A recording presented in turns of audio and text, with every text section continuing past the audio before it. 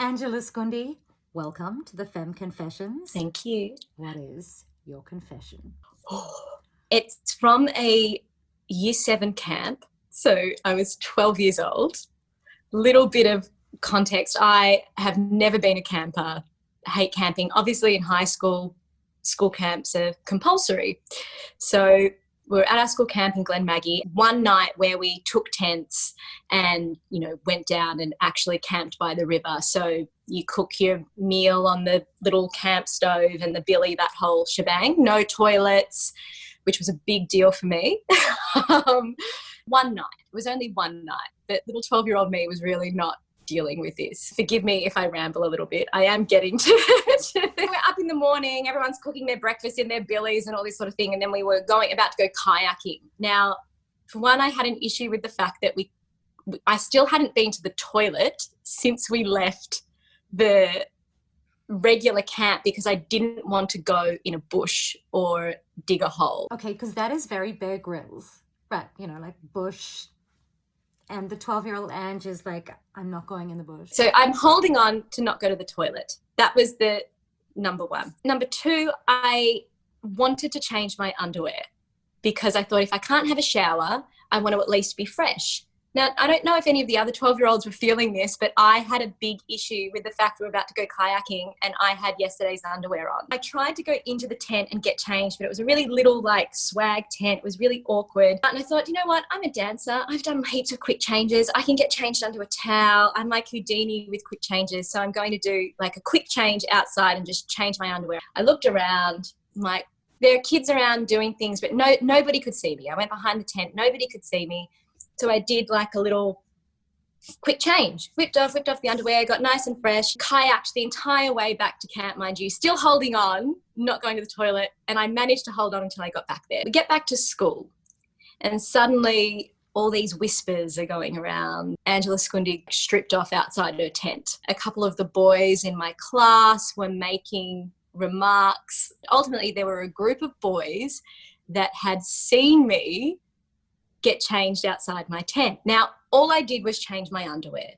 But obviously by this time, and 12-year-old boys, it had grown into, I had fully stripped off, given a full show outside my tent and had been an exhibitionist basically. At one point, one of the boys came up to me and went, I saw you. You just need to admit it. Did you get changed outside your tent? And I flat out denied it. It's no, absolutely not. You must have been spying on me inside the tent, and just deny.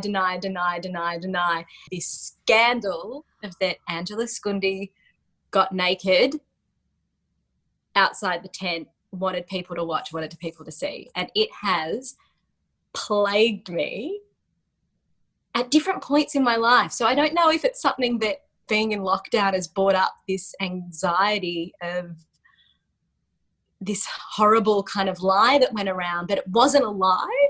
No. I made it a lie. I just don't know what my role in it was, I love how you've just gone, nope, didn't happen. Like when you were younger, no, that wasn't me.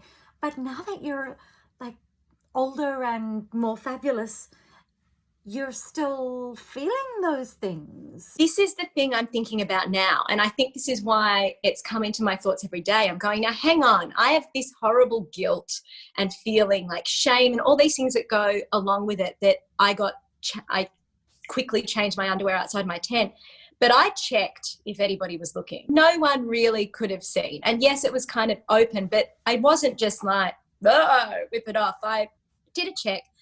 So I feel like they were trying to see the girls get changed. You know what I mean? I've thought about going, I wonder how I can let that go. And I haven't found the answer yet. In some ways, how can you as a 12-year-old? But I wish I had the groundedness or the sense of self enough to say, yeah, I changed, but I checked and no one was looking. So how did you see? I wish I had that guts. Yeah. But it's an interesting thing because me as a person and still as a woman, I've never been to the toilet in front of my husband. Let's say that ever. So I have these little funny quirks as well of that and not necessarily just because of that incident, there are little things that led up to that as well. I mean, I was told that in kindergarten there are no doors on toilets in kindergartens and things for safety reasons, and so teachers can make sure that the kids are okay. But I used to request a blanket to put over myself, and whoever was supervising me had to turn around and face the other way, and I was adamant about guarding the door. So that that's my personality, my little quirk, I guess. In your family, is that a running theme or is that just a you thing? I'm not sure. I know my dad is a very private person. We weren't a family that kept the door open ever in the bathroom. Do you know what I mean? So I don't know if my brother and sister, I'm not sure if they share to this level my privacy thing of that. I don't know. I'll have to ask them. In my family, it is just like, it's all open. I mean, it's like breakfast on the loo. It's not really, breakfast on the loo.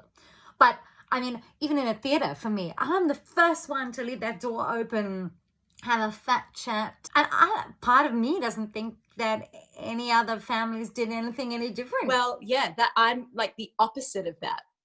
That for some reason I get very shy and uncomfortable. Do you really feel shy and uncomfortable, or is it just a modesty thing? A bit of both, I think. It changes. It depends. Like for me, one of my biggest fears is still someone walking in on me in the toilet. Like, I don't know why. It's such an irrational fear, really, when I think about it. But yeah, like in a public loo or anywhere, just someone walking in on me would be terrifying. Even in the theatre, if you were to open the door and I was on the toilet, I'd probably freak out. I'd get over it, but in the moment, it'd be, this has gone down a path that I wasn't expecting it to go down, really. Okay, I want to know, are you still mates with these guys? This group of boys were the popular group of boys. They were the cool boys, They probably don't remember.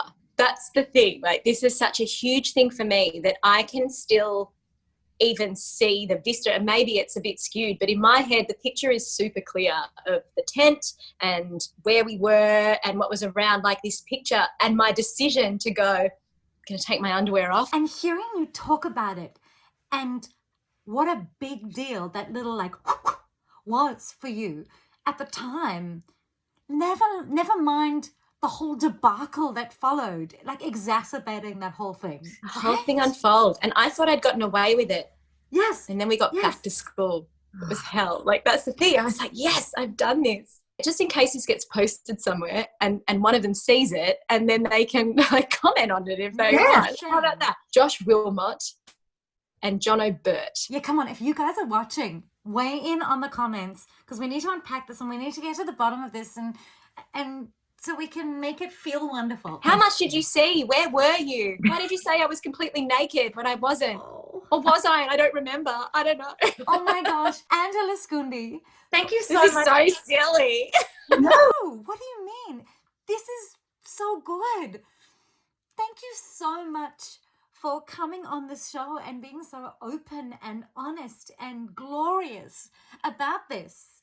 I hope it has brought some sense of normality about it. Thanks for having me and letting me vent all of that. Part of the healing process, Fem. Thank you. So lovely to see your face. Get it off your chest. The Fem Confessions.